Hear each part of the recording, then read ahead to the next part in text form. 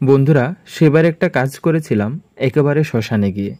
তো দেখতে পাচ্ছেন আমি যে ছবিটা আঁকছি ওটার পেছনেই জ্বলন্ত চিতা ছিল। তখনও চিতা থেকে ধোঁয়া বের হচ্ছিল।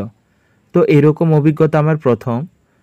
কাজটি আসলে শ্মশানকালের পেছনে যে চালিটা থাকে তো সেটাই আমাকে করে দেওয়ার জন্য বলা হয়েছিল।